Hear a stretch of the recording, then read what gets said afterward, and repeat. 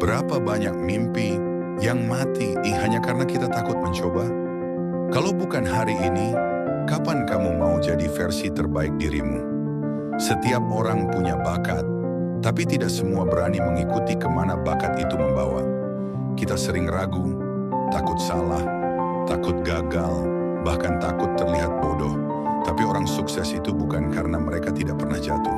Mereka mencoba lagi dan lagi. Tidak akan pernah ada karya besar, tidak akan pernah ada acara besar, tidak akan pernah ada pencapaian luar biasa kalau pemiliknya dulu memilih untuk takut mencoba.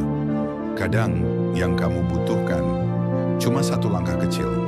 Mulai, coba, dan lihat seberapa jauh kamu sebenarnya bisa pergi. Jangan takut mencoba.